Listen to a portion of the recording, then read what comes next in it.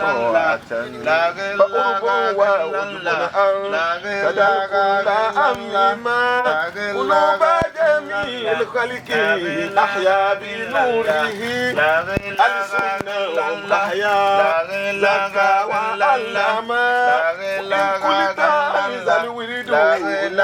محمد صفائه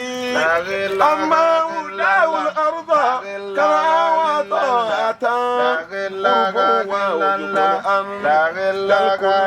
أمما ووقتي وساعتي صرفت لذكره صلاة ومدى منه قد صرت جيلما إن قلت ألز الورد نجم محمد فلونا مرضي نيل صفائه ووالله لا تلفي أمد ثانيا أمد فرد جور لا يقسم ووالله لا تلفي أمد ثانيا أمد فرد جور لا يقسم وآثرت حب المصطفى دون غيره ولو أم كلثوم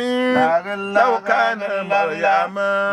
ألا يا رسول الله ألا يا رسول الله ألا يا رسول الله وارفع شكاياتي إليك وعلما ترى العبد سويدا فأجي وادي المسلمين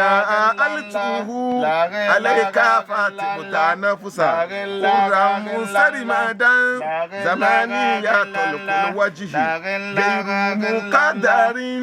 أروح وأغضودا إمالا أكمدا لا إله إلا الله لا إله إلا الله لا إله إلا الله لا إله إلا الله سيدنا محمد رسول الله عليه السلام الله صلوا على النبي الكريم صلى الله عليه وسلم ẹjẹ́ sọ pé sallallahu alayhi wa sallam sallallahu alayhi wa sallam ẹjẹ́ ká tún sọ pé sallallahu alayhi wa sallam sallallahu alayhi wa sallam ẹjẹ́ ká tún sọ pé sallallahu alayhi wa sallam sallallahu alayhi wa sallam allahumma salli ala sayyidina muhammadin wa ala alihi wa sahbihi wa sallim adọ́pẹ́ fún Ọlọ́run alhamdulillahi rabbil alamin atúndọ́pẹ́ fún Ọlọ́run alhamdulillahi rabbil alamin ẹ jẹ́ kí a dé ọpẹ́ wa ládé alhamdulillahi rabbil alamin a kí Ọlọ́run a sì kí ànábì wa Muhammad sallallahu alayhi wa sallam àwa tara àwọn méjèèjì ni a fi kí gbogbo àwọn ẹni Ọlọ́run pátápátá láti ibi tó ti bẹ̀rẹ̀ débi tí dúdú àtàwọn tí wọ́n ń bọ̀ ìyọ́nú Ọlọ́run ló mọ́sà jẹ́ kó mọ́ bá gbogbo wọn àwa kí gbogbo wa tá ń bẹ lórí ìjókòó lọ́kùnrin wa lóbìnrin wa lọ́mọdé wa lágbà wa àtòyúnú wa Ọlọ́run ló mọ ayé ẹnìkọ̀ọ̀kan wa Ọlọ́run ló sì mọ tó ẹnìkọ̀ọ̀kan wa sí Ọlọ́run tó tọpọ̀ wa tó kù tó wá sí kò tó wá sí Ọlọ́run má bàkù náà jẹ́ a kí yín pẹ̀lú gbogbo tọ́lọ́run dá fún yín Ọlọ́run má bòrè yín jẹ́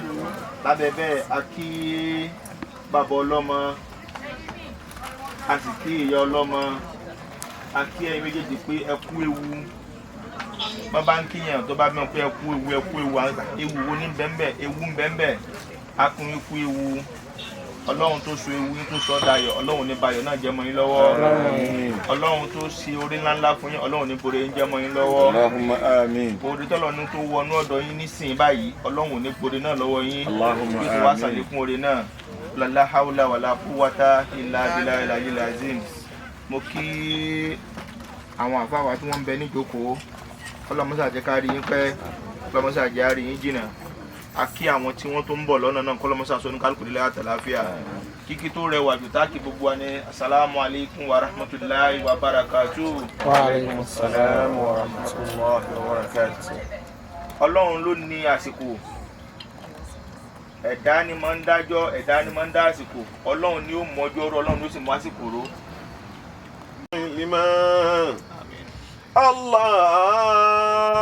Allah nuru samawati wal ardi مثل نوره كمشكاة فيها مصباح المصباح في زجاجة الزجاجة كأنها كوكب دوري يوقد من شجرة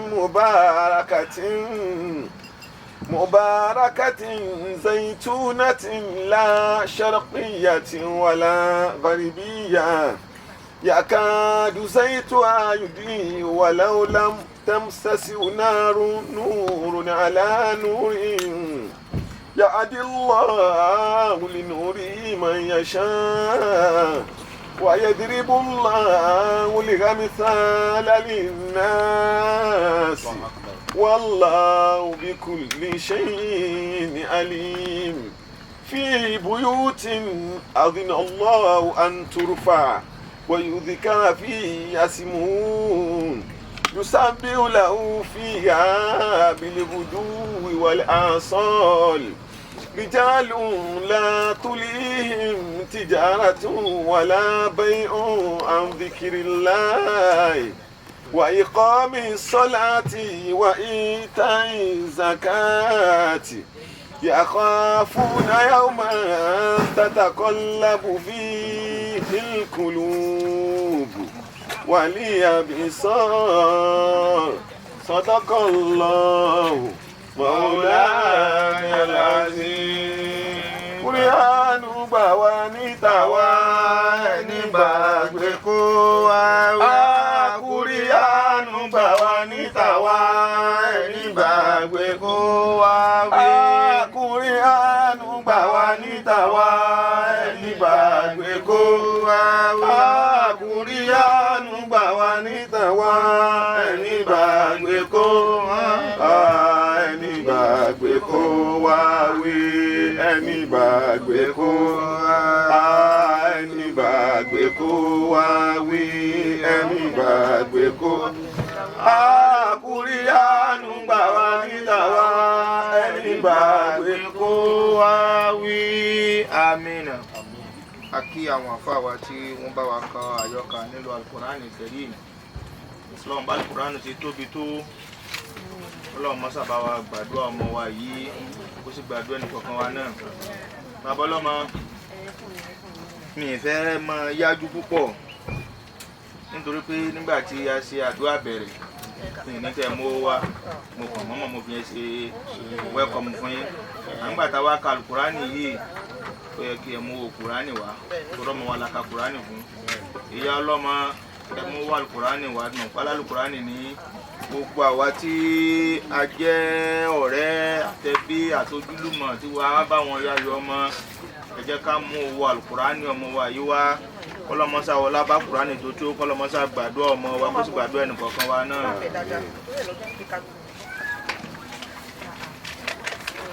Amina, amina, amina, amina. Amina. Ọlọ́mọsá gbà. Ọlọ́mọsá falbarka sí. Ẹ dákun nítorí t'Ọlọ́run àtànábì wa Muhammad sallallahu alaihi wa sallam. Mo fi àwọn òbí ẹnìkọ̀ọ̀kan wa mo fi bẹ̀ wá nítorí t'Ọlọ́run. Tẹ́rí tí a bá wà lórí ìjókòó báyìí. Ó dá mi lójú pé gbogbo wa tá ń bẹ lórí ìjókòó yìí wọ́n ti jókòó orú báyìí fáwa náà rí nígbà tá a wà ní kékeré táwa náà mọ̀ tí wọ́n ń ṣe níbẹ̀. Àmọ́ àìmọ̀ tí wọ́n ń ṣe níbẹ̀ ńjọ́ náà àwọn tí wọ́n ń ṣe níbẹ̀ náà lọ́lọ́run ní kó di àlùbáríkà sí wa lára yálà bóyá ní ti Christian ni àbí àti Muslim ni àwọn àdúrà tí wọ́n ṣe fún wa ìfarabalẹ̀ táwọn èèyàn jókòó níbẹ̀ ìfẹ́ lọ́run táwọn èèyàn jókòó níbẹ̀ lọ́lọ́run ní kó máa bẹ lára ẹnìkọ̀ọ̀kan wa ẹ dákun ní mọ̀ọ́ba àsìkò tí a bá fi ṣe àdúrà fún ọmọ wa yìí ẹ dákun yóò wá kẹjẹ kí buwa káwa náà farabalẹ̀ ká tiẹ̀ fún ọmọ yìí lọ́wọ́ tiẹ̀ ọ̀wọ̀ tá à ń sọ tá a bá rí nǹkan tó débi lónìí tó wá ní ẹ̀ẹ́dì ẹ̀mọ̀ kan tó ṣẹlẹ̀ ń sìn tó wá ní kí ló bí wá ní ọmọ tó ẹ̀ṣẹ̀ bí ṣàwọn ọmọ yìí ṣẹ̀ mí àwọn yóò tètè ẹ bá wò sí èsè pọpọ London àbí kí ni mo wí ọmọ yìí yóò tí lẹ́sẹ̀ lọ́rùn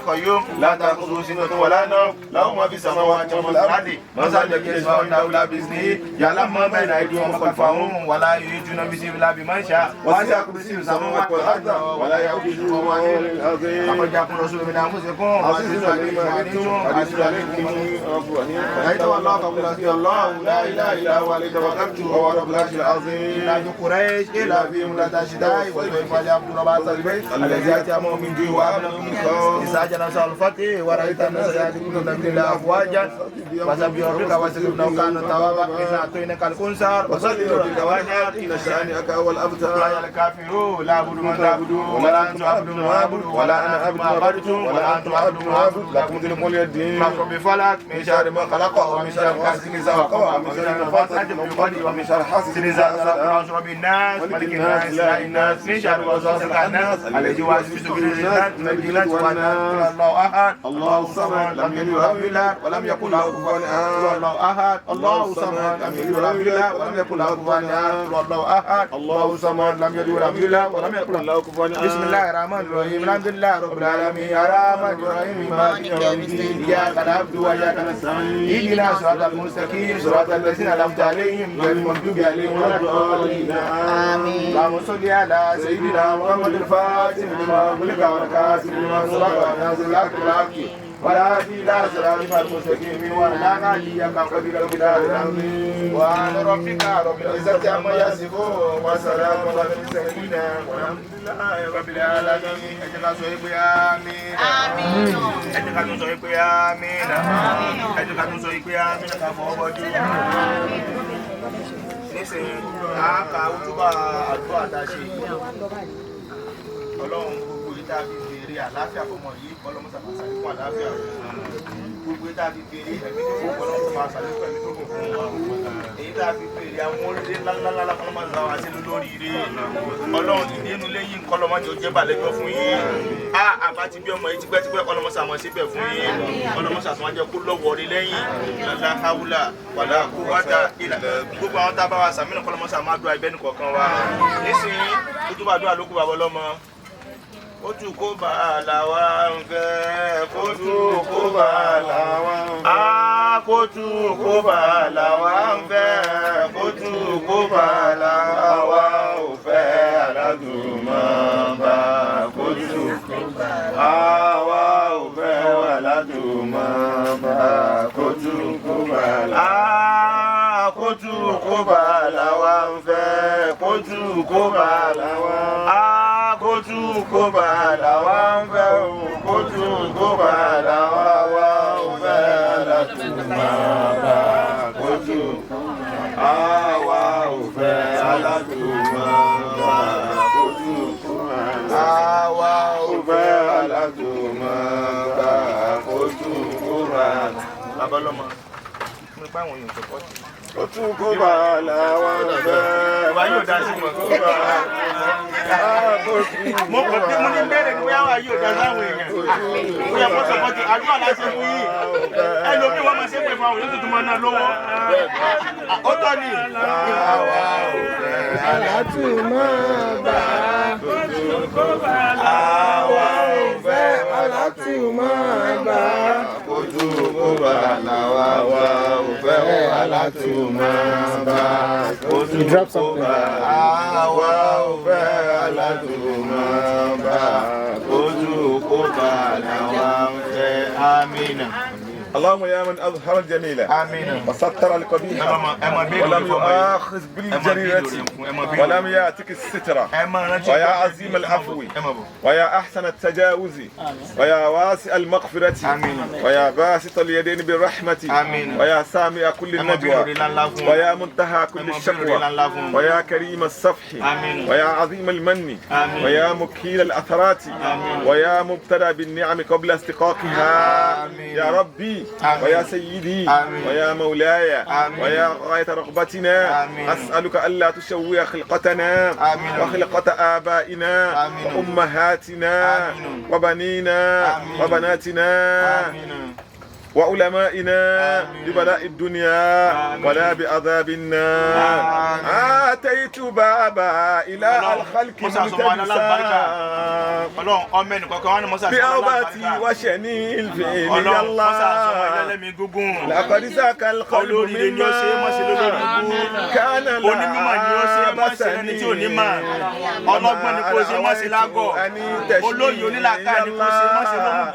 لكن أتيت بابي كريم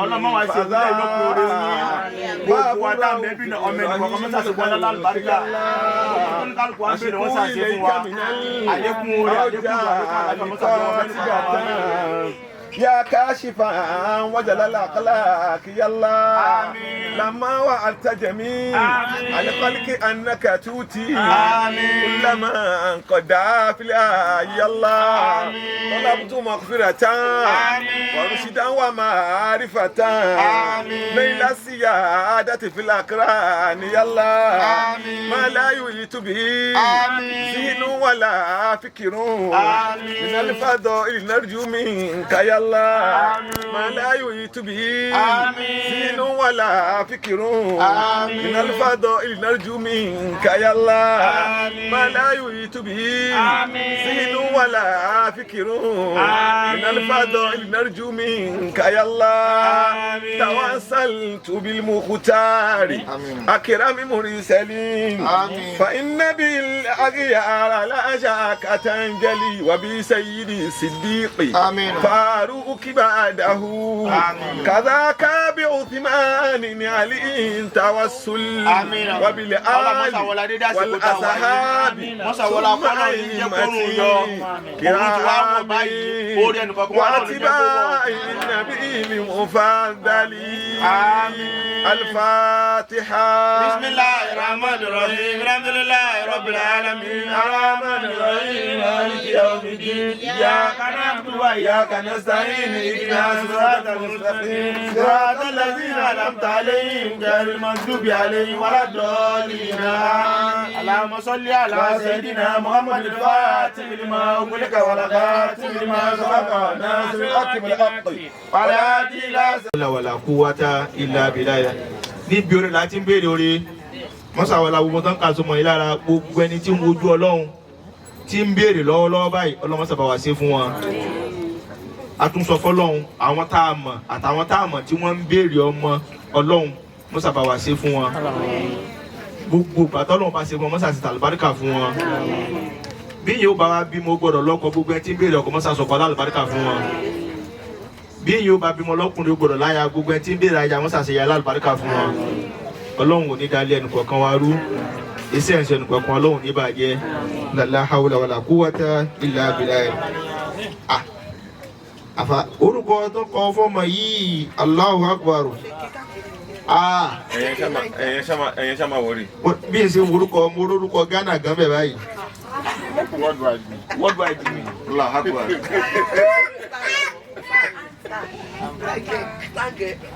الحمد لله رب العالمين الحمد لله رب العالمين الحمد لله رب العالمين هذا أقف لهم أترى إكيات كفوا أشهد أن محمد صلى الله عليه وسلم ìjókòó wa ní ìrọ̀lẹ́ yìí ìjókòó ọpẹ́ ni ìjókòó ìdùnnú ni ìjókòó ayọ̀ ni a fi ọlá orí kọ̀ọ̀kan láàyè a fi bẹ lọ́hùn kí ó mọ́ sọ di ìbànújẹ́ mọ́ ẹnìkọ̀ọ̀kan wa lọ́wọ́ alibarika la ilaha illallah muhammadu rasulullah sallallahu alayhi wa sallam ọkọ̀ lẹ́yìn kíkí ọlọ́run àti anábíwá muhammad sallallahu alayhi wa sallam a kí ọmọ wa tuntun yìí tí ó ṣẹ̀ṣẹ̀ dé sí àárín wa ọlọ́run dákun wọlá al-Qur'an al-Karim wọlá àwọn ẹni ọlọ́run abẹ́lọ́hun ẹ̀mí gígùn alibarika fún ọmọ yìí ọlọ́run dákun ní gbogbo ibi tí ọmọ náà bá ń sọ̀kalẹ̀ sí ọ̀gá ní kí ó mọ bá wa ṣe alibarika la ilaha illallah wá ṣe ní bámidélé àti gbogbo ọmọ ẹnìkọ̀ọ̀kan wa náà ká ṣe àmín ká ṣe àmín ká ṣe àmín. látara bẹ́ẹ̀ a kí bàbá ọlọ́mọ a kí ìyá ọlọ́mọ ọlọ́run dákun àsìkò tí ọmọ yìí dé ọlọ́run dákun jẹ́ kẹ́ mọ̀ sí dáadáa ẹ tí mọ̀ sí dáadáa ọlọ́run dákun jẹ́ kẹ́ tó mọ̀ sí dáadáa a fi àsìkò yìí a fi bẹ lọ́hùn torí àsìkò yìí àsìkò tó lágbára níwájú Ọlọ́run ni pàápàá jùlọ tó jẹ́ ọjọ́ Jímọ̀ ó tún wá jẹ́ àsìkò àzíkìrí tí àwọn èèyàn pé Ọlọ́run ọba tí wọ́n wo agbo Ọlọ́run ọba Ọlọ́run a fi ọlá àsìkò yìí a fi ọlá gbogbo ààyè tí wọ́n ti ń darúkọ Ọlọ́run lọ́wọ́lọ́wọ́ báyìí a fi bẹ lọ́hùn fún ọmọ Ọlọ́run dákun má jẹ́ ó gbajúmọ̀ nílé ìwòsàn la ilaha illallah àti ọmọ àti gbogbo ọmọ ẹnìkọ̀ọ̀kan wa náà ká ṣe àmín ká ṣe àmín àtọwọ́ fi opportunity tọmọ yìí àfi bẹ lọ́hùn fún gbogbo àwọn tí wọ́n ń wojú Ọlọ́run lórí irú oore báyìí Ọlọ́run láìpẹ́ láì jìnnà Ọlọ́run dákun bá wa dá yín lóhùn bá wa dá yín lóhùn bá wa dá yín lóhùn alibarika la ilaha illallah muhammadu rasulullah sallallahu alayhi wa sallam gbogbo àwọn ẹ̀yà wa gbogbo àwọn sísítà wa tí wọ́n diwọ́ disẹ̀ sínú Ọlọ́run dákun bá wa ṣe ní rọrùn gbogbo ọjọ́ tí wọ́n bá bí Ọlọ́run bí wọ́n bá ṣe ń fi orúnkún tọ̀tún kúnlẹ̀ kí wọ́n máa fi ti tòsì dìde alibarika la ilaha illallah Ọlọ́run tó ṣe ti ìyá wa yìí ti sísítà wa yìí ní rọrùn Ọlọ́run dákun ṣe ti tẹnìkọ̀ọ̀kan wa ní rọrùn alibarika la ilaha illallah muhammadu rasulullah sallallahu alayhi wa sallam kí n sáré sọ̀rọ̀ díẹ̀ láàrin bí ìṣẹ́jú márùn-ún tí ó máa jẹ́ ìṣítí nípa pé irú ààyè báyìí náà láti ní opportunity láti rán ara wa létí kí l'Ọlọ́run wí kí ni ètò tayé kí ni ètò t'Ọlọ́run. ẹ rí èèyàn lè gbìyànjú láì mọ iye ọdún lórí pé mò ń wá ọmọ kéèyàn wá gbìyànjú láì mọ iye ọdún kí gbogbo ògbìyànjú yẹn kó wá já sí pàbó lọ́dọ̀ tàwa ló ti ní mínì kò ní mínì lọ́dọ̀ Ọlọ́run ọ̀dọ̀ tàwa la ti rí ipá burú ni kò ní nǹkan kan ṣe pẹ̀lú Ọlọ́run ọba bàbá wòye sí àrí pé ètò ọmọ bíbí láyé yìí ètò t'Ọlọ́run ni tó gbé kalẹ̀ pé bóò láyé yìí bóò ni ò ṣe ní dópin ẹlẹ́bí lè máa wò pé wọ́n ní bẹ́ẹ̀ nìkan ayé ò dópin lọ́dọ̀ àwọn tí wọ́n mọ Ọlọ́run ọba tí wọ́n mọ bí ẹ̀ ṣe wo agbo Ọlọ́run ọba ayé yìí ò ní dópin gbogbo ọjọ́ tẹ́nìkan bá ti jáde láyé ayé tiẹ̀ dópin nù kì í ṣe pé ayé ò dópin pé ìjọ kan àwa ajíjọ kan kò àwa nírì kankan mọ́ rárá man mata qad qamat qiyamatuhu nítawọn ẹni Ọlọ́run wí nìyẹn wọ́n ní gbogbo ẹni tó bá ti jáde láyé àlìkíyàmọ̀ tiẹ̀ ti dénú bàbá wa wòye sí ètò ọmọ bíbí láyé á rí pé ètò t'Ọlọ́run bá gbé kalẹ̀ ni ètò t'Ọlọ́run ni lórí pé báyé yìí bí òṣèlú dópin báwọn kan ṣe ń lọ bẹ́ẹ̀ làwọn kan ń dé báwọn kan ṣe ń lọ bẹ́ẹ̀ làwọn kan ń dé bí ẹnìkan ò bá wá gbìyànjú láì mọye ọdún tí gbogbo ìgbìyànjú ẹ̀ tó já sí pàbó lọ́dọ̀ tàwọn èèyàn ló ti ní mínì lọ́dọ̀ Ọlọ́run kò ní mínì torí pé bóun ò bá bí òun ní òbí ẹlòmíì ò bí ètò Ọlọ́run ọba ò lè dúró lẹ́nu ọjọ́ mẹ́ta yìí mo wo documentary kan nílùú wa náà ni ọkùnrin kan tó bí ọmọ 80 something èèyàn kan tó bí ọmọ 80 something eléyìí Ọlọ́run fi ń júwe ara rẹ̀ fún wa ni pé ètò ọmọ bíbí Ọlọ́run ló ní bẹ́ẹ̀ nìkan ò bá bí lọ́dọ̀ àwọn èèyàn ó lè mọ bàwá nínú jẹ́ kò ní mìíràn lọ́dọ̀ Ọlọ́run òun ní òbí ẹlòmí òbí ètò Ọlọ́run ọba ò lè dúró ṣùgbọ́n eléyìí àfi dúpẹ́ fọlọ́run Ọlọ́run tí ò tiẹ̀ ṣe àwa náà lágàn tó kà wá kún ọlọ́mọláyé Ọlọ́run adúpẹ́ o Ọlọ́run adúpẹ́ o dákun má bà ọpẹ́ wa jẹ́ dákun má bà ọpẹ́ ẹnìkọ̀ọ̀kan wa jẹ́ alibarika la ilaha illallah muhammadu rasulullah sallallahu alayhi wa sallam má bà ọpẹ́ gbogbo àwọn tọ́lọ̀ ti ṣe rúore báyìí fún Ọlọ́run dákun má bàjẹ́ láíláí alibarika la ilaha illallah gbogbo ntí wàá mú yàn téèyàn fi pàtàkì aburú pé èmi náà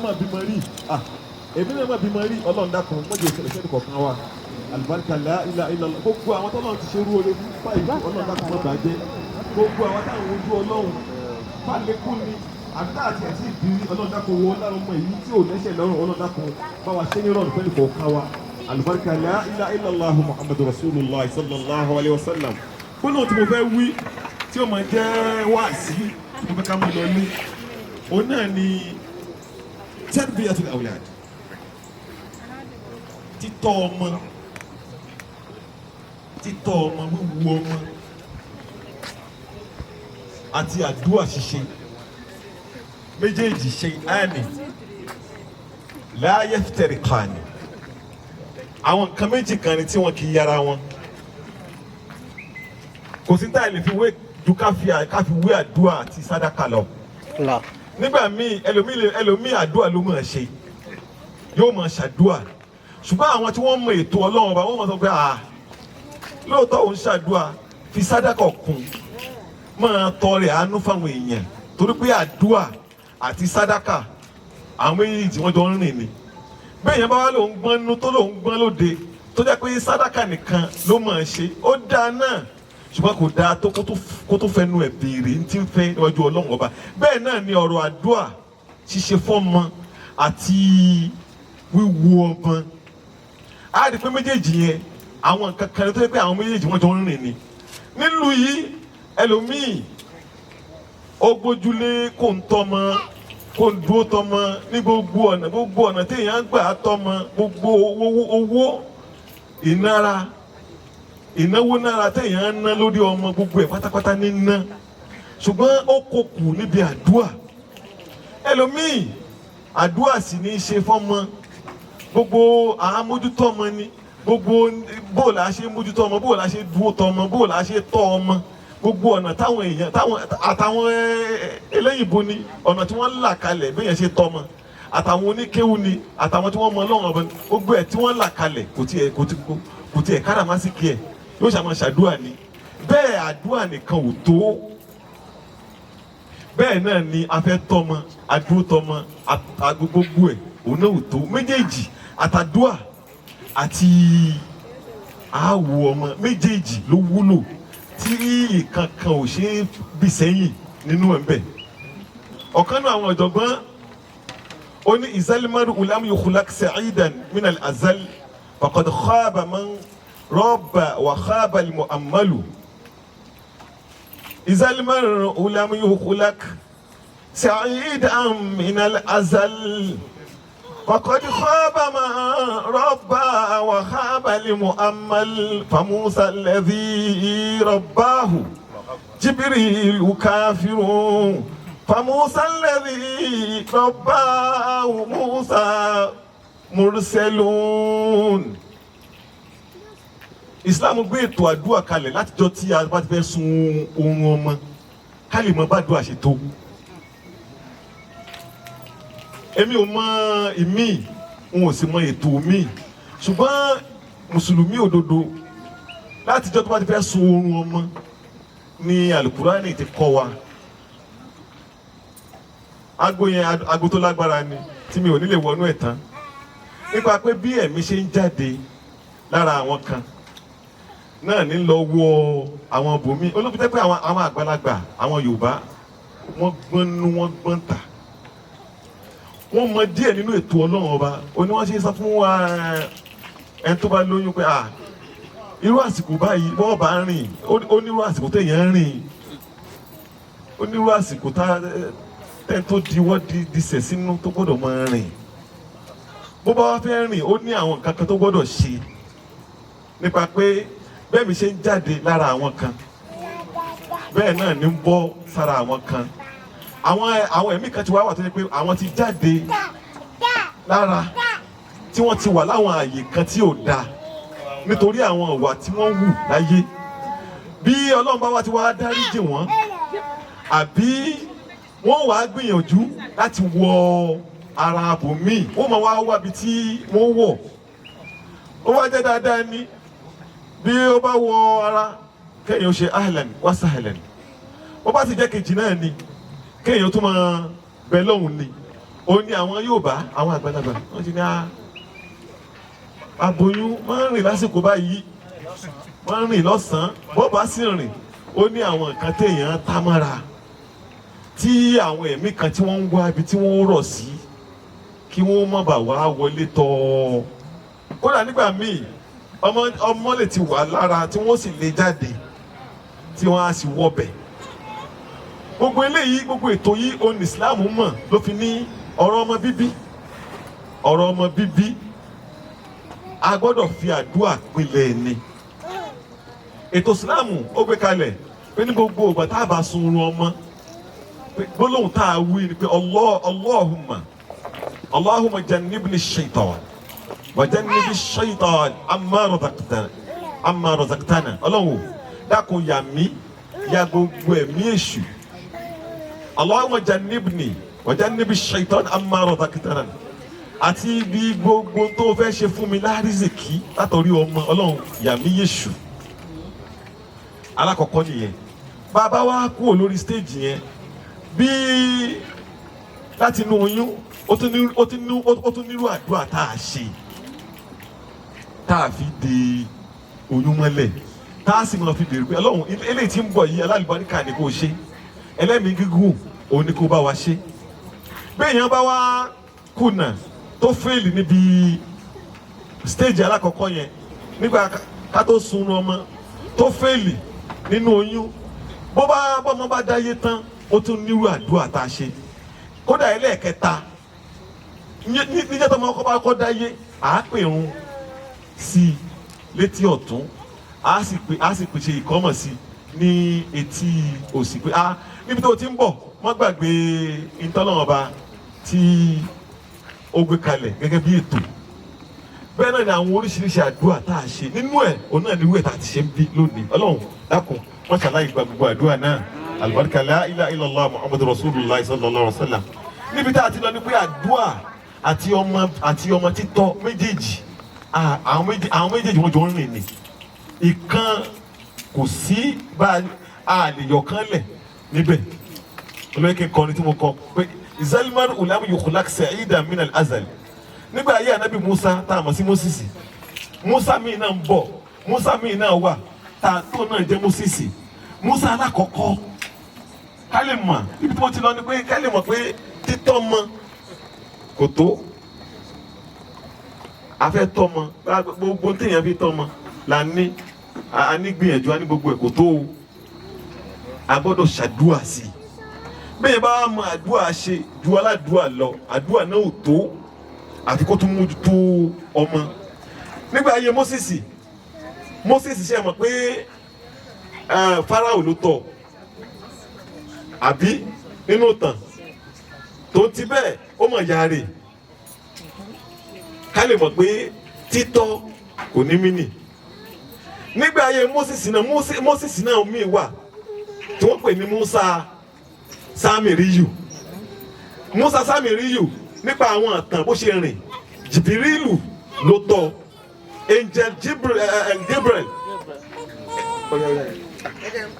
Angel Gabriel òun ló tọ́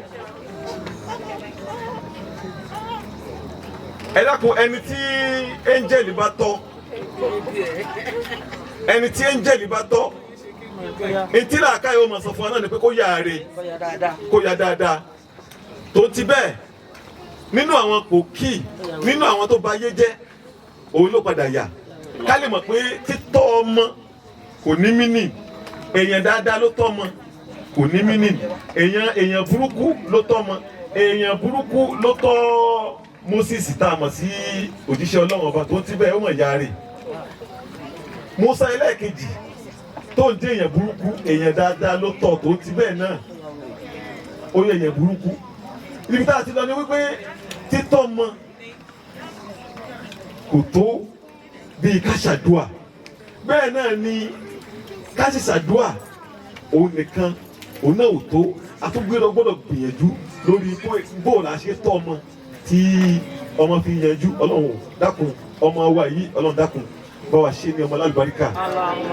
alùbáríkà la ilaha illallah muhammadu rasulullah wọ́n láwọn ẹni ìṣíwájú tó ti ṣe ní alálùbáríkà Ọlọ́run eléyìí náà tó dé àárín wa Ọlọ́run dákun bá wa ṣe ní alùbáríkà alùbáríkà la ilaha illallah muhammadu rasulullah sallallahu alayhi wa sallam يؤك عن المولود يوم سعبه ويحلق ويسمى وقد استمعنا اليوم على عقيقة هذا المولود على سنة الله وعلى سنة نبينا محمد صلى الله عليه وسلم أعوذ بالله من الشيطان الرجيم بسم الله الرحمن الرحيم وبه نستعين فوجد عبدا من عبادنا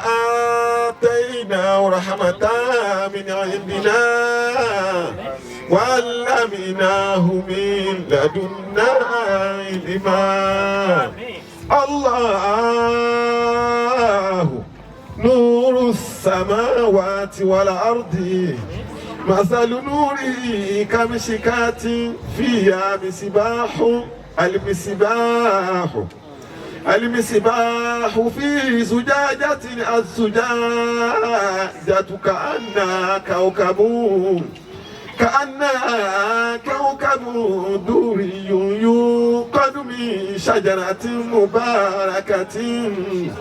مباركة زيتونة لا شرقية ولا غربية يكاد زيتها يضيء ولو لم تمسسه نور على نور يهدي الله لنوره من يشاء ويضرب الله الأمثال للناس والله بكل شيء عليم في بيوت أذن الله أن ترفع ويذكر فيه اسمه يسبح له فيها بالغدو والآصال رجال لا تلهيهم تجارة ولا بيع عن ذكر الله وإقام الصلاة وإيتاء الزكاة يخافون يوما تتقلب فيه القلوب والأبصار يؤك عن المولود يوم السابع ويحلق ويسمى وقد اتمنى اليوم على عقيقة هذه المولودة على سنة الله وعلى سنة نبينا محمد صلى الله عليه وسلم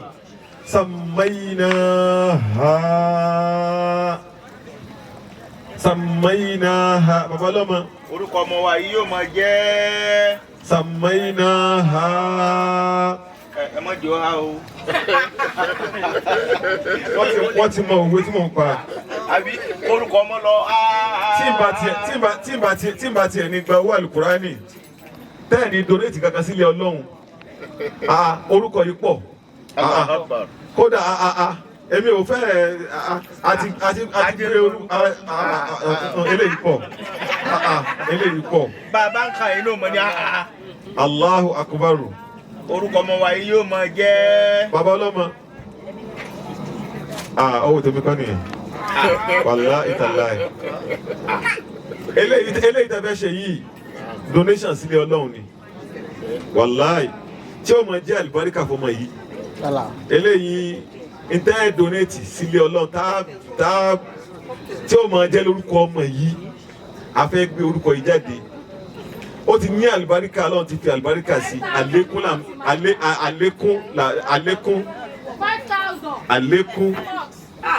là ń fẹ́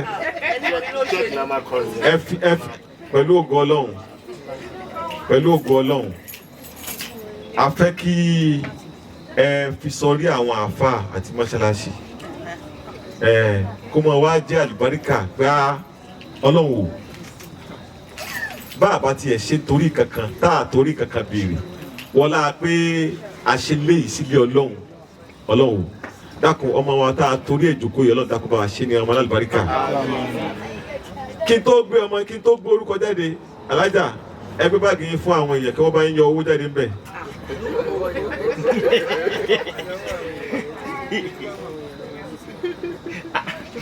ẹ sì máa ń ẹwù wọn ẹni wá gbígbọ́. ọwọ́ àdúrà wa tí a tẹ̀ wájà káwọn náà ló fi wò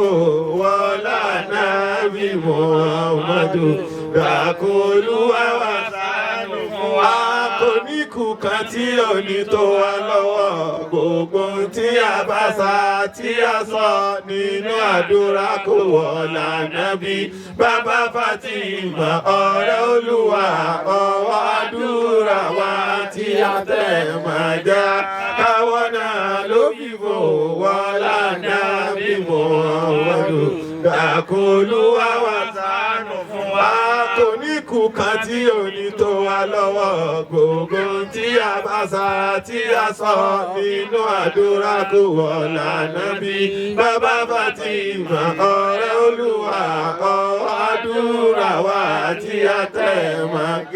Àbáwọ̀ náà ló bí wò wọ́ lànà bí Muhammadu. Dákun Olúwa wa ṣàánú fún wa. Àtọ́lúwa bá ti ṣe ẹja sọ pé ká lè gbọ́ tó rè òmíràn sí sáláì dúkẹ́ ara ẹ̀ lọ́wọ́. Sátì àmọ́sẹ̀ wà lọ́ta Olúwa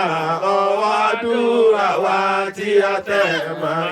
Káwọn náà ló fi fòwọ́ lánà bí Muhammadu. Dákun Olúwa wa ṣàánú fún wa. Àtọ́lúwa bá ti gbé ẹ̀dá kí lolúwa rẹ̀ tó ń bínú sí Sátì àdàkùn gbéjà wájà. Fáwa sókè káwa rọ́wọ́ mú ọwọ́ àdúrà wa tí a tẹ̀ mọ́. Káwa náà ló fi fòwọ́ lánà bí Muhammadu. Dákun Olúwa wa ṣàánú fún wa. Bismillahi. Pẹ̀lú yọ̀ǹda Ọlọ́run. Pẹ̀lú yọ̀ǹda Ọlọ́run ọba. وبإذن نبينا محمد صلى الله عليه وسلم Muhammad sallallahu alayhi wa sallam. وبإذن الأولياء أجمعين. Àti gbogbo orúkọ àwọn ẹni Ọlọ́run pátápátá láti ibi tó ti bẹ̀rẹ̀ débi tó dóde àtàwọn tí wọ́n tún bọ̀. وبإذن أبيها. Lórúkọ bàbá ọmọ àtàṣẹ bàbá ọmọ. وبإذن أمها. Àti lórúkọ ìyá ọmọ àti àṣẹ ìyá ọmọ. وبإذن جميع الأسرة. Àti lórúkọ gbogbo ẹbí pátápátá lọ́kùnrin láti ilé ọkọ ni àti ní àti ilé ìyàwó lósì. سميناها. Orúkọ ọmọ wa yìí yóò máa jẹ́ Ariana. Ariana. Allahu Akbar. lẹ́ẹ̀kan sí i Samainaha Ariana. Orúkọ ọmọ wa yóò máa jẹ́ Ariana. The only poor and noble one. Allahu Akbar. Allahu Akbar. Olúwa dára sí mi. Allahu Akbar. Olúwa dá sí mi. Olúwa dá sí mi. Allahu Akbar. Olúwa ló ní mí. Allahu Akbar. Tèmi ò gbé. Allahu Akbar. Ọmọ níyì. Allahu Akbar. Mo sá sínú Olúwa. Allahu Akbar. Àárín ọlá. Allahu Akbar. Àbíkẹ́. Allahu Akbar. Désiré. Allahu Akbar. Ọmọ tó kẹ́. Allahu Akbar. Ìgbà yìí lọ́lá mi dé. Allahu Akbar. Olúwa ta mí lọ́rẹ. Allahu Akbar. Ti ara Olúwa. Allahu Akbar. Allahu Akbar. Tá ń wá. Allahu Akbar. Àmì fẹ́ Olúwa. Allahu Akbar. Olúwa fìfẹ́ hàn mí. Allahu Akbar. Kíkẹ́ oore ọ̀fẹ́ Olúwa. Kíkí oore ọ̀fẹ́ Olúwa. Allahu Akbar. Orúkọ yìí pọ̀. Olúwa tóbi lọ́ba. Allahu Akbar. Olúwa ju ẹ̀dá lọ. Allahu Akbar. Ẹni ọlá. Allahu Akbar. Ìrétọ̀ mi wá. Allahu Akbar. Olúwa ṣì ń dára. Allahu Akbar. Ìkẹ́ Olúwa pọ̀. Allahu Akbar. Èyí ni mo fẹ́. Allahu Akbar. Star ìràwọ̀ lọ́mọ. Allahu Akbar. Àtinúkẹ́. Allahu Akbar. Ire mi dé. Allahu Akbar. Ọlá mi jù. Allahu Akbar. Àánú Olúwa pọ̀. Allahu Akbar. The daughter of Abosede and Ayola Azeez. Allahu Akbar.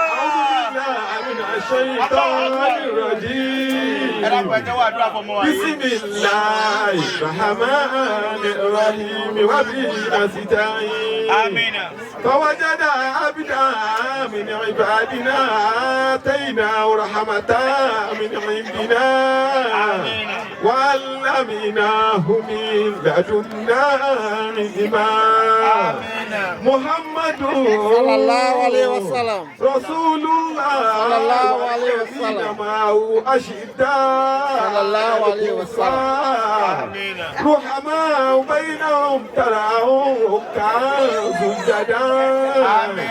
يبتغون فضلا من الله ورضوانا سيماهم في وجوههم من أثر السجود ذلك مثلهم في التوراة ومثلهم في الإنجيل كزرع أخرج شطأه فآزره فاستغلظ فاستوى على سوقه يوجب الزراع ليغيظ بهم الكفار وعد الله الذين آمنوا وعملوا الصالحات منهم مغفرة وأجرا عظيما اللهم بارك لنا فيها اللهم بارك لنا فيها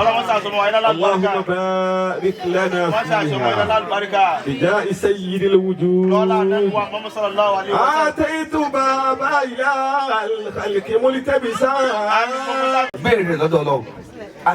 ìyá yìí ni